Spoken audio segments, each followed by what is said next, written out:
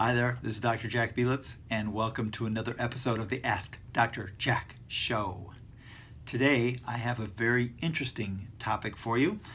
It came about some research that I was doing for an eye condition, and although this does not really touch that particular condition, I thought it was really interesting, and I wanted to share it with you.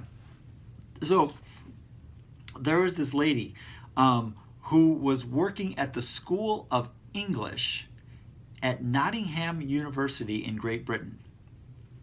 And they have there a 10th century manuscript in the British Library, and it's called Bald's Leech Book. It's thought to be one of the earliest medical textbooks in existence. Anyway, she found an recipe for helping out eyes in this book. And it was a 1,000-year-old remedy. And it called for garlic, onions, leek, wine, and oxgall. Now, you're probably wondering, what is oxgall? Because, I mean, you can't exactly go to the store and pick that up. Well, what it is the secretion, the bile from the liver of a cow. How anybody would even think about using that in a medication, I have no idea. But anyway, this textbook goes on to describe exactly how to make this stuff, even to the point where you have to use a copper kettle to make it in, and a specific type of strainer. I mean, all this kind of stuff. Anyway, so she was really interested to see what this thing would do. So she went to some microbiologists. And at the time that this was happening, there was this really bad virus a couple of years ago, probably the MRSA virus. You probably remember it. Anyway, they used this treatment on some mice that were infected by the MRSA virus. And they actually figured out that it worked.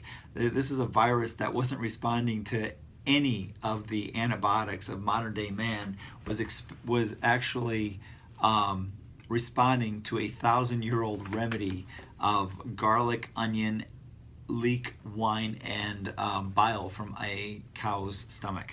So, okay, so why am I bringing this to your attention, and what does it all go to show you?